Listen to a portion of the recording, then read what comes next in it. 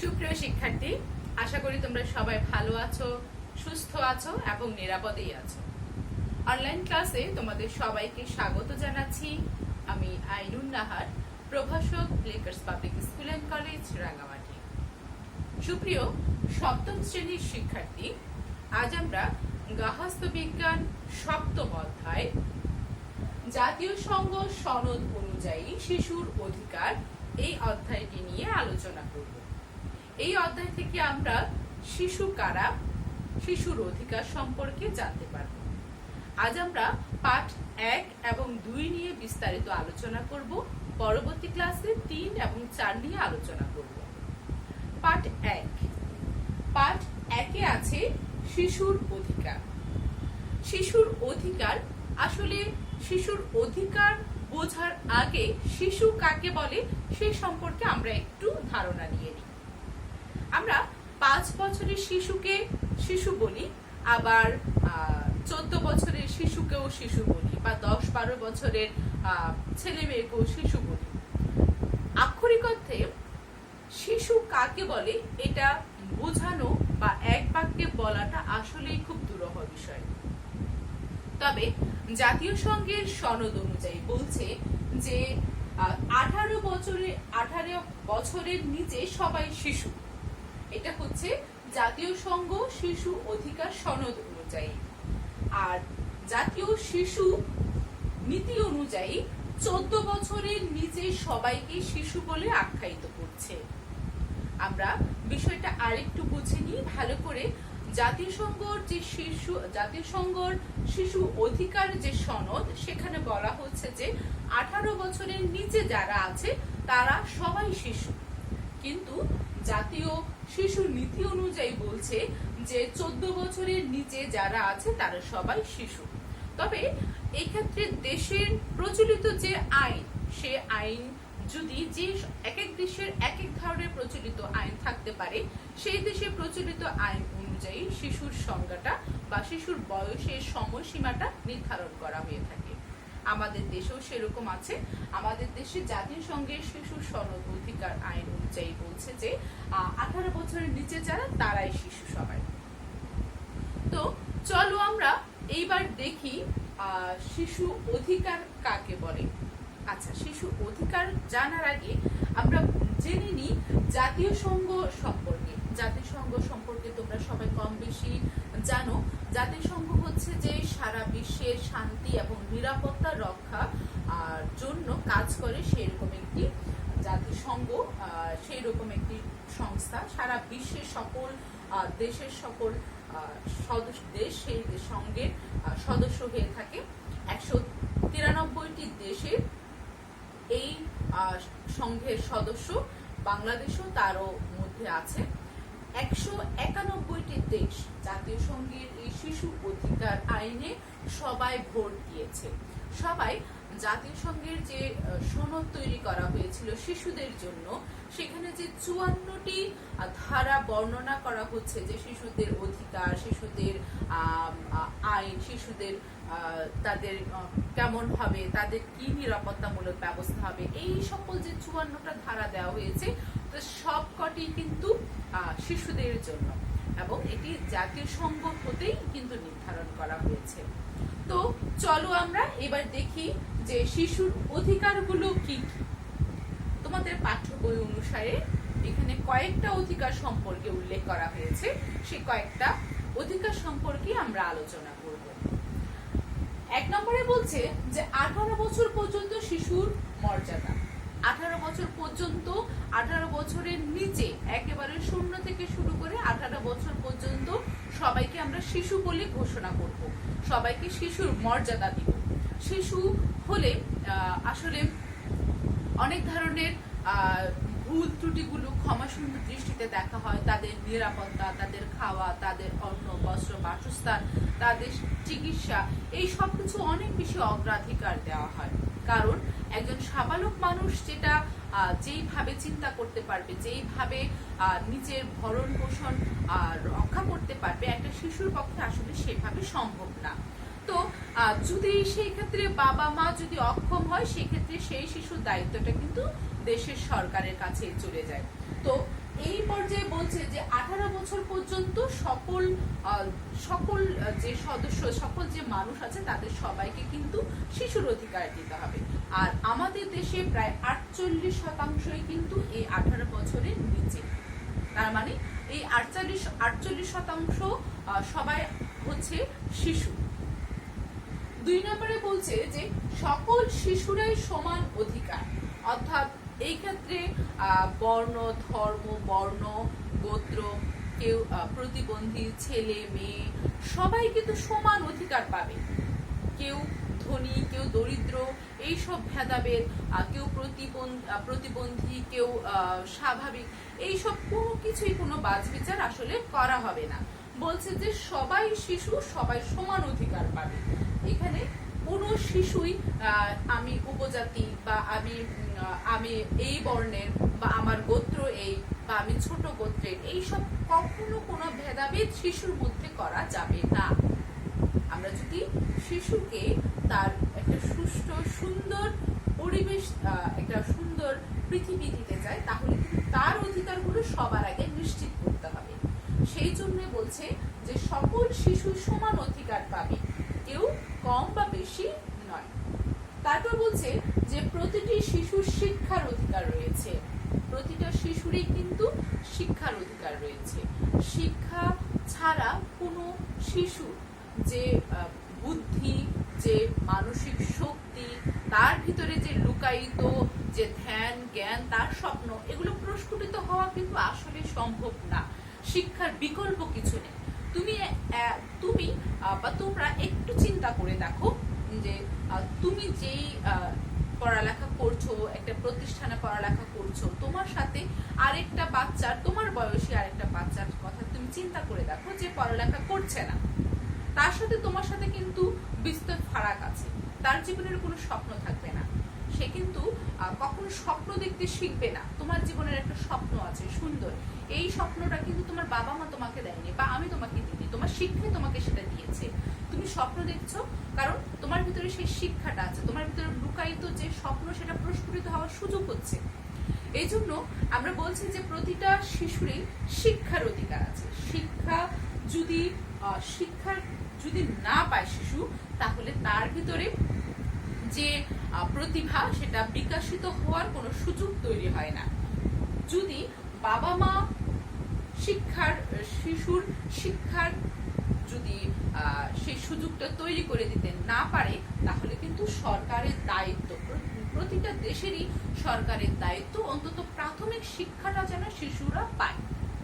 এই প্রাথমিক শিক্ষাটা যদি শিশুরা পায়, তাহলে অন্তত তাদের ভিতরে যে অধিকার বোধগুলো সেগুলো তাদের ভিতরে জাগ্রত হবে। সেই জন্যই আমরা বলছি যে প্রতিটা শিশুর শিক্ষার অধিকার আছে এবং শিশুরা অবশ্যই শিক্ষা পাবে। তারপর দেখি আমরা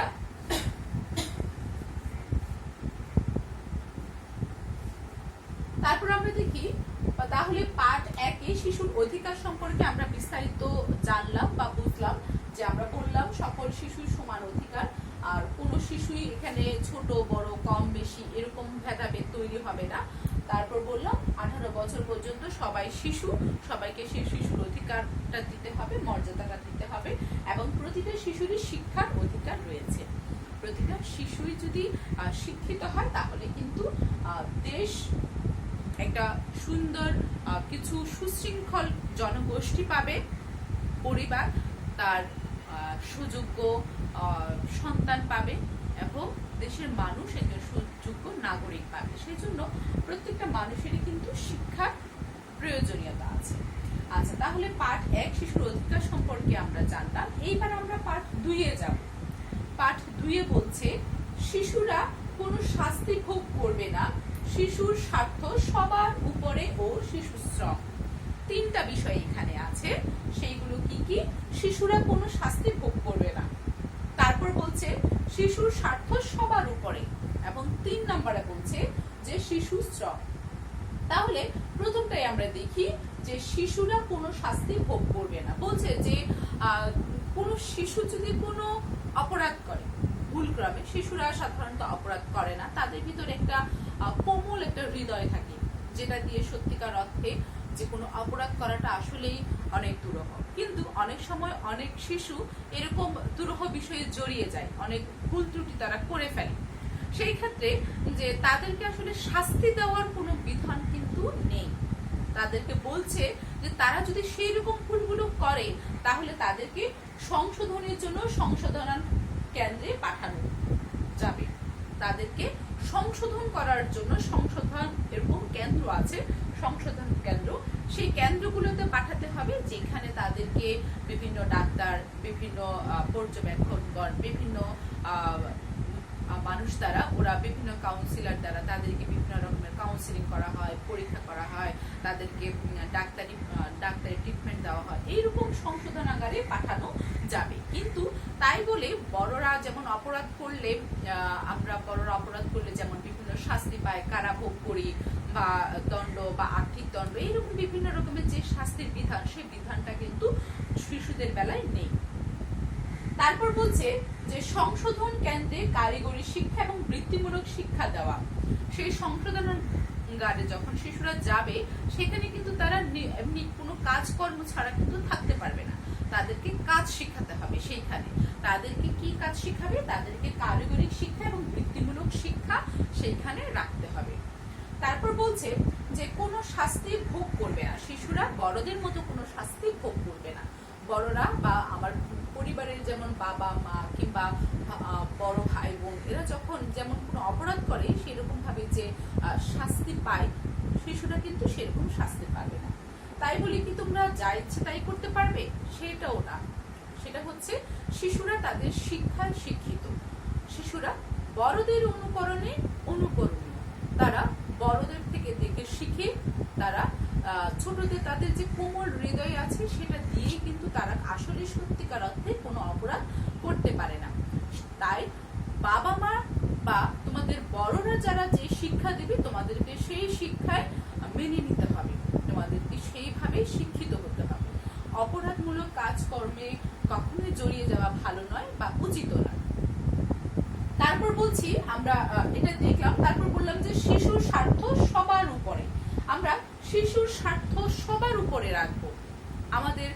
আমরা আমাদের পরিবারের কথাও যদি চিন্তা করি তাহলে কিন্তু বিষয়টা একদম পরিষ্কার হয়ে যায়। মনে করি তোমার পরিবারে তুমি সবার ছোট, বা তোমার পরের যে সদস্য বা তোমার বয়সী তোমার ছোট যদি কোনো ভাই বোন থাকে, তোমার বাবা মা কিন্তু সবার আগে তোমাদেরই কিন্তু যত্ন নেন, ঠিক না? তোমার দাদা দাদি, তোমার নানা নানি বা তোমার চাচা জেঠি, যে বড় যারা আছেন, তারা কিন্তু সবসময় ছোটদেরকে প্রাধান্য দেয়। তুমি যখন কোনো পূজা হয় বা কোনো বিচু হয় বা যখন কোনো ঈদ হয়, তখন কিন্তু সবার আগে শিশুরা কিসে খুশি হবে, পরিবারের বড়রা কিন্তু সেটাই চিন্তা করে, তাদেরকে জিজ্ঞেস করে যে তোমার কি লাগবে, তুমি কি পেলে খুশি হবে। সেই রকম এরকম ভাবেই, অর্থাৎ শিশুর স্বার্থ সবার উপরে দেখা হয়। শিশুর লেখাপড়া, শিশুর অধিকারগুলো, তাদের লেখাপড়া, আইন, স্বাস্থ্য, তাদের বিদ্যা বুদ্ধির বিকাশ, তাদের সৃজনশীল কাজের বিকাশ, এই সব কিছু কিন্তু শিশুর স্বার্থের উপরের মধ্যেই পড়ে। আর সেটা সবার আগে সেই জিনিসটা মিটিয়ে তারপর অন্য কোনো কাজ। তারপর আমরা দেখব শিশু শ্রম। আমাদের দেশে এবং জাতীয় সঙ্গীত যে সনদ, সেইখানেও বলা আছে যে শিশু শ্রম কিন্তু কখনো কোনোভাবেই কাম্য নয়। আমরা আমাদের আশেপাশে হরহামেশাই দেখি যে অনেক শিশুই অনেক ভারী ভারী কাজ করছে, শিশু শ্রম দ্বারা আসলে তারা দণ্ডিত।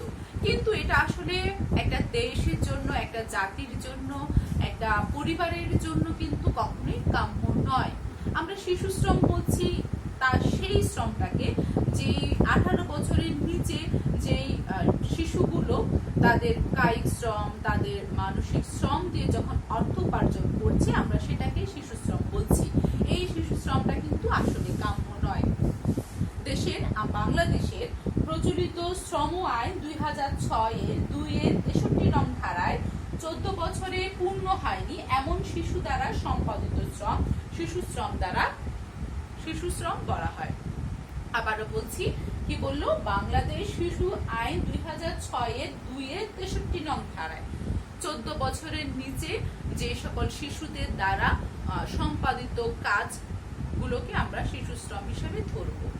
এই কাজটা আসলে শিশু শ্রমটা আসলে যদিও আমাদের দেশে অনাকাঙ্ক্ষিত বলছি, কিন্তু আমাদের দেশের চারপাশে আমরা হর হামেশাই এরকম কাজগুলো দেখছি, যেটা খুবই ঝুঁকিপূর্ণ এবং এটা কিন্তু একটা শিশুর মানসিক এবং শারীরিক বিকাশের প্রধান অন্তরায় হিসেবে দাঁড়ায়। যখন শিশুর মানসিক বিকাশ এবং শারীরিক বিকাশ ঘটার সময়, ওই সময় যদি এই ঝুঁকিপূর্ণ কাজগুলো দিয়ে শিশুদেরকে কাজ করানো হয়, তাহলে কিন্তু তার বুদ্ধির বিকাশটা ঘটবে না। এখন ঝুঁকিপূর্ণ কাজ বলতে আমরা কি বুঝি? আমরা দেখবো যে আমাদের বাসায়ও এরকম কিছু শিশু শ্রমিক আছে যাদেরকে দিয়ে আমরা ঘরের বিভিন্ন কাজ করিয়ে থাকি। তারপর বিভিন্ন ময়লা আবর্জনা স্তূপ থেকে বিভিন্ন ধরনের জিনিস খুঁজে নেওয়া দেখি। তারপরে রাস্তায় খুব ঝুঁকিপূর্ণ ভাবে খুঁজে বিক্রি করে বিভিন্ন জিনিস বিক্রি করতে দেখি। আবার দেখেছি কি মাথায় ইট বোঝাই করে অনেক শিশুই সেই ভারী এবং ঝুঁকিপূর্ণ কাজটা করছে। এগুলো সবগুলোই শিশু শ্রমের আওতায় পড়ে। এগুলো কখনোই একটা দেশের জন্য কাম্য নয়, একটা জাতির জন্য কাম্য নয়। তাহলে আজ আমরা পার্ট 2 থেকে শিশুর শাস্তি ভোগ করবে না এবং শিশুর স্বার্থ সবার উপরে রাখতে হবে এবং শিশু শ্রম নিয়ে আলোচনা করলাম।